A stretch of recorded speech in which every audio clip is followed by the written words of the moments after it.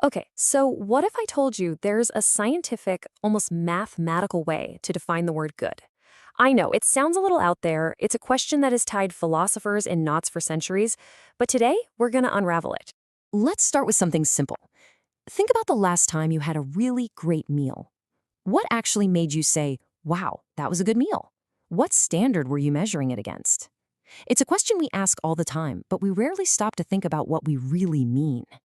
And it doesn't stop with food. We slap this label on, well, everything. A good dog, a good vacation, even a good idea. We use this word so casually, just assuming everyone's on the same page. But are we? You would think this would be a solved problem by now, right? But honestly, some of the greatest minds in history have thrown their hands up.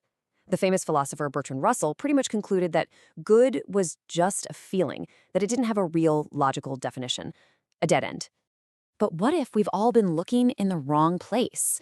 What if the key to defining one of the most important words in our vocabulary isn't buried in some dusty, abstract text, but is actually sitting in something as simple as a shoebox in your closet? Yeah, let's talk about shoes. Think about it. Almost instinctively, what makes a pair of shoes good? They have to do certain things, right? They need to protect your feet, they have to stay on, they should be comfortable, and you hope they last a while. When a pair of shoes ticks all those boxes, you just know these are good shoes. And that right there, that simple, everyday judgment that you barely even think about, that's the key. That is the foundation for a whole formal system of value. It's actually kind of a huge deal. So this brings us to a philosopher named Robert S. Hartman. And get this, he just cut through centuries of debate with a definition of good that is so simple it's almost shocking. He said, a thing is good if it has all its descriptive properties. That's it. A thing is good if it fulfills the definition of what it is. Hartman took this incredible insight and built an entire field around it called axiology. You can think of it as the formal science of value. It's a system designed to literally measure how well something in the real world lives up to the idea of it we have in our heads. So how does this actually work?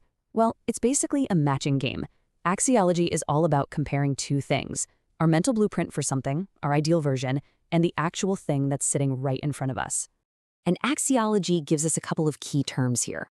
On one side, you have intentions. That's your ideal concept, all the properties you expect something to have. So, you imagine those perfect, bright, amazing Christmas lights you saw online. Then you have the extensions. Those are the properties the thing actually has, like the tiny, cheap, flimsy lights that showed up in that crushed box from Amazon. We've all been there, right? That feeling of disappointment is literally the gap between intentions and extension. And here's the bottom line. Goodness is just a measure of how well those two things match up. The closer the reality, the extensions, lines up with your ideal concept, your intentions, the better that thing is. It's that simple. This also means that good isn't just a simple yes or no question. It's a spectrum. It's a sliding scale. If something fulfills every single property you expect it to have, it's excellent. If it fulfills most of them, yeah, it's pretty good. If it only has a few, well, we'd probably call it bad. Okay, so this framework is awesome for objects. Shoes, lights, cars, we get it. But now for the big question. What happens when we try to apply the same logic to people? This is where axiology gets really, really profound. For human beings, axiology introduces a completely different category of value. It's called intrinsic value. And this has nothing to do with usefulness. Intrinsic value is the worth something has just because it exists, because it is unique, because it's one of a kind. The idea here is that a person's value is, in a way, infinite. Why? Because every single person is a unique, unrepeatable, irreplaceable being. You are not valuable because of what you do or what you can offer someone else. You are valuable just because of who you are. You are an end in yourself, not a means to an end.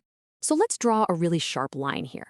Things have extrinsic value. They're valuable for what they do for us. A hammer is good because it helps us build things. It's a means to an end. But people have intrinsic value. We are valuable simply for existing, for being our unique selves. We are ends in ourselves.